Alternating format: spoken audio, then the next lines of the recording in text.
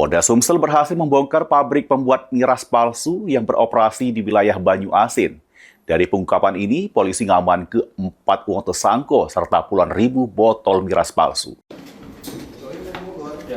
Baru 5 bulan ini. Ini apa? Yang campur ini alkohol nggak?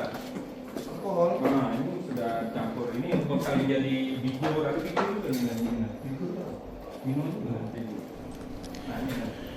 Ruko di Jalan Plembang Jambi, kilometer 18, Kelurahan Sukomoro, Kecamatan Talang Kelapo, Banyuasin, digerebek anggota Subdit Indaksi Ditreskrim Sus Polda Sumsel karena dijadikan tempat memproduksi minuman keras palsu, pecak vodka, Manson House, serta kawa-kawa.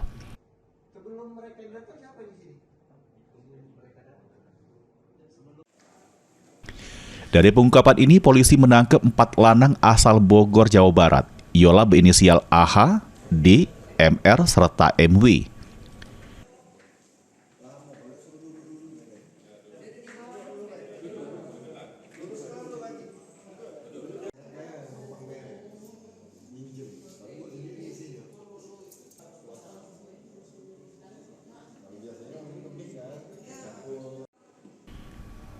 Tak cuma itu, polisi juga menyita barang bukti 20.088 botol yang siap edar, sama beberapa alat produksi yang diperkirakan nilainya ratusan juta rupiah.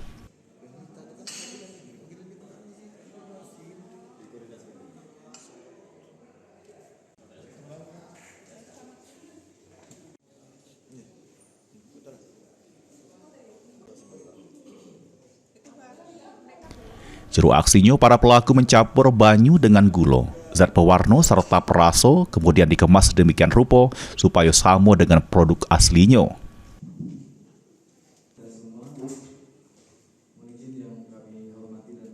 Adapun jumlah tersangka lebih kurang sebanyak 4 orang dengan inisial AH, umur 36 tahun, jenis kelamin laki-laki, kemudian B, jenis kelamin laki-laki, usia 33 tahun, selanjutnya MR, jenis kelamin laki-laki, usia 34 tahun, dan terakhir MW, jenis kelamin laki-laki, usia 34 tahun.